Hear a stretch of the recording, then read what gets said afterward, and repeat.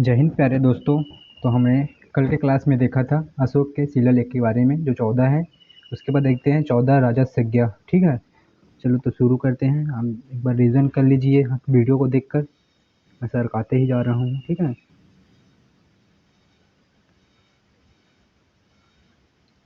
Chhattisgarh exam के लिए बहुत ही कंटेंट ही ज़बरदस्त है।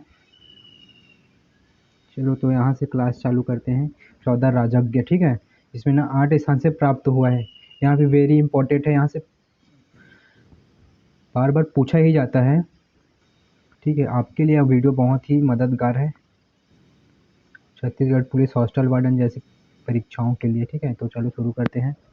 शहबाजगढ़ी, ठीक है, जहाँ कहाँ के स्थान, कौन से स्थान में, तो पाकिस्तान में। ठीक है, मनसेहरा पाकिस्तान में ही है। कालसी उत्तराखंड में है। धौली और जौगढ़ जहाँ कहाँ है, उड़ीसा में है। ठीक है, एरगुड़ी आंध्र प्रदेश। सोपारा जहाँ महाराष्ट्र। गिरनार गुजरात। ठीक है, जहाँ जहाँ IMP लिखा हुआ होगा वहाँ एग्ज़ाम में आ गया है। ठीक है, और लघु स्तंभ देखते हैं इसके। तो सारनाथ स्तंभ कहाँ पर पड़ता है, यहाँ उत्तर प्रदेश में। ठीक है, उसके बाद है सांची स्तंभ, रायसेन मध्य प्रदेश। उसके बाद रुम्मनदेई नेपाल तराइन क्षेत्र। ठीक है, उसके बाद निगलीबा नेपाल तराई क्षेत्र। ठीक है, उसके बाद और देखते हैं अशोक के स्तंभ लेख जो कि 7 है। ठीक है, दिल्ली टोपारा कहाँ है, अभी हरियाणा में है। ठीक है, उसके बाद ना दिल्ली मेरठ। उसके बाद तीसरा कौशाम्बी, जो जहाँ जहाँ है वही सीधा। ठीक है, लहरिया नंदगढ़ में। उसके बाद लहरिया में ही है ना आरा रोज है। ठीक है, उसके बाद रामपुरा। पहले दिल्ली टोपरा और दिल्ली जो है फर्स्ट दिल्ली में लाया गया। पहले था राजस्थान मेरठ में ही था। उसके बाद या इसको ना लहरिया नंदगढ़, लहरिया आरा जो रोज और रामपुरा रामपुखा। ठीक है, यहाँ चंपारण बिहार में पड़ता है अभी डेट में। और 7वां जो अभिलेख है, मतलब सॉरी स्तंभ लेख है, अशोक स्तंभ लेख कहा जाता है। ठीक है, इसे प्रयाग स्तंभ लेख भी कहा जाता है इसे। और पहले कौशाम्बी में था, बाद में इसे ना अकबर ने इलाहाबाद ला लिया। ठीक है, अशोक के उत्तराधिकारी के देखते हैं तो पहला कुणाल था, उसके बाद दशरथ, संप्रीति, उसके बाद ना बृहद्रथ। और मौर्य वंश के ना सबसे अंतिम शासक बृहद्रथ ही था। मौर्य काल के 3 भाग में विभाजित है। ठीक है, कौन कौन से भाग में विभाजित है देखते हैं।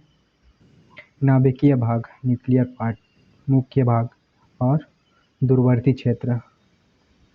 इसके समाज कौन से थे, तो पितृसत्तात्मक समाज था। भाषा संस्कृत, प्राकृत, पाली अशोक सम्राट ने राजकीय भाषा घोषित किया था। ठीक है, उसके बाद मुद्रा जो था पर्ण था। आधिकारिक वर्णन मौर्यकालीन देखते हैं। मौर्यकालीन आधिकारिक वर्णन तो सीता अध्यक्ष किसे कहा जाता है, तो राजकीय भूमि से प्राप्त। ठीक है, आय सीता का अधिकार, इनकम टैक्स, समहर्ता यानी कि राजस्व विभाग। ठीक है पहले दोस्तों, सन्निधाता कोषाध्यक्ष, पदेष्टा यानी कि फौजदारी विभाग। ठीक है, उसके बाद छठा देखते हैं पन्याध्यक्ष जो वाणिज्य विभाग से संबंधित है। आकराध्यक्ष खान विभाग, जो खनन करते हैं ना वही खाना है। ठीक है, सूत्राध्यक्ष कतई बुनाई वाला, कपड़ा वपड़ा सिलने वाला। विविताध्यक्ष चारागाह का अध्यक्ष को कहा जाता है। ठीक है, नवाध्यक्ष जहाज रानी। और लक्षणाध्यक्ष टकसाल यानी कि मुद्रा छापते हैं वो जगह को टकसाल कहते हैं। ठीक है, उसके बाद अगला मौर्योत्तर काल देखते हैं। तो सबसे पहले आता है मौर्योत्तर काल में शुंग वंश, जिसके शासनकाल 185 BC से 73 BC तक रहा है। ठीक है, उसके बाद में इसका ना जो संस्थापक है पुष्यमित्र शुंग है, शुंग वंश का संस्थापक। इसने ना मौर्य वंश के अंतिम शासक कौन, बृहद्रथ को हत्या करना शुंग वंश की स्थापना की। ठीक है प्यारे दोस्तों, अधिकतर यहाँ पूछा जाता है इस तरफ के साइड में जो देखते हैं तो शुंग वंश का संस्थापक कौन है, अंतिम शासक कौन है, ऐसा ही पूछा जाता है। उससे ज़्यादा कुछ नहीं पूछा जाता। फिर भी आप डिटेल से पढ़ लो क्या पता एग्ज़ाम है, एग्ज़ाम, परीक्षा, परीक्षा यानी पर की इच्छा। यहाँ ब्राह्मण साम्राज्य है, ठीक है, प्रथम ब्राह्मण साम्राज्य। इसके संस्थापक जो है, देखिए पढ़े थे पहले, पुष्यमित्र शुंग। इसकी राजधानी विदिशा, कहाँ पड़ता है तो मध्य प्रदेश में, ठीक है। राज्य भाषा इसकी है संस्कृत, ठीक है। इसने ना पुष्यमित्र शुंग ने ना अशोक के 8400 स्तूप को ना तुड़वा दिया था, ठीक है। स्रोत कहाँ से मिलता है तो तुड़वाने का, तो थेरावली जो जैन लेखक मेरुतंग ने लिखा है। उसके बाद ना मालवी का अग्निमित्रम जो कालिदास ने लिखा है। भरूच स्तूप का निर्माण पुष्यमित्र शुंग ने खुद स्वयं करवाया था, ठीक है। आगे लेके चलते हैं आपको। इसके काल को ना वैदिक पुनर्जागरण का काल कहा जाता है, ठीक है प्यारे दोस्तों। यवनों को ना आक्रमण इसी के काल में हुआ था, ठीक है। जो यूनान थे वो डेमेट्रियस थे। इसके दरबार में पतंजलि रहते थे, ठीक है, जिन्होंने ना योग शास्त्र लिखा एवं महाभाष्य की, जो महाभाष्य भी लिखा, ठीक है। जो महाभाष्य है पाणिनि के ना अष्टाध्यायी से प्रेरित है, ठीक है। उसके बाद ना पतंजलि ने ना 2 अश्वमेध यज्ञ करवाए जो पुष्यमित्र शुंग के लिए था। उसके बाद ना पुष्यमित्र शुंग के लिए ना उत्तराधिकारी देखते हैं, ठीक है। तो पहला उत्तराधिकारी उसका था अग्निमित्रम। जो विदर्भ के युद्ध हुआ ना, उसमें ना यज्ञसेन वाहन मालविका और किसके साथ हुआ, अग्निमित्र के, जिसमें ना अग्निमित्र की विजय हो। तो ना कालिदास ने यहाँ मालविका अग्निमित्रम की रचना किया है, पुस्तक ग्रंथ है।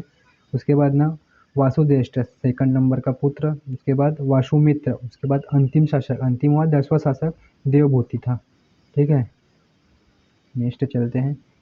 अग्निमित्र ने कलिंग के विरुद्ध अभियान किया था। उस समय चेदी कलचुरी वंश का शासन था, ठीक है। और कलचुरी वंश का संस्थापक जो था महामेघवाहन था। उसके ना चेदी वंश का प्रतापी शासक खारवेल हुआ करता था, ठीक है। प्रतापी शासक महान खारवेल हाथी गुफा अभिलेख प्राकृतिक भाषा में जारी हुआ था, ठीक है, जिसने खारवेल राजा ने करवाया था। कलिंग के प्रशासन के बारे में आपको लिखा पेड़ मिलेगा, ठीक है। भारतवर्ष का उल्लेख इसी के शासनकाल में हुआ। जो भारतवर्ष का प्रयोग हुआ सबसे पहले ना शुंग वंश ने करवाया था, ठीक है। उसके बाद ना अगला राजवंश देखते हैं, कण्व वंश।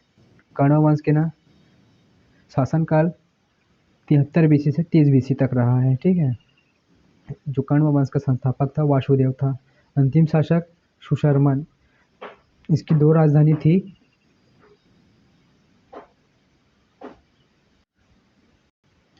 राजधानी थी, पाटलिपुत्र और विदिशा। वासुदेव वासुदेव की हत्या ना वासुदेव ने ना देवभूति की हत्या करके भूमिमित्र, ठीक है, कर दिया, ठीक है। उसके बाद में इसके ना शासक देखते हैं, भूमिमित्र, नारायण, सुशर्मन। उसके बाद ना शुंग वंश, ये मनुस्मृति में होता है। उसके बाद ना अगला सातवाहन वंश आता है, ठीक है। सातवाहन वंश को हम ना कल देखेंगे दोस्तों, ठीक है, कल की वीडियो में। तो आज के लिए जय हिंद। वीडियो पसंद आए तो लाइक शेयर सब्सक्राइब जरूर करें, ठीक है प्यारे मेरे भाई एवं बहनों।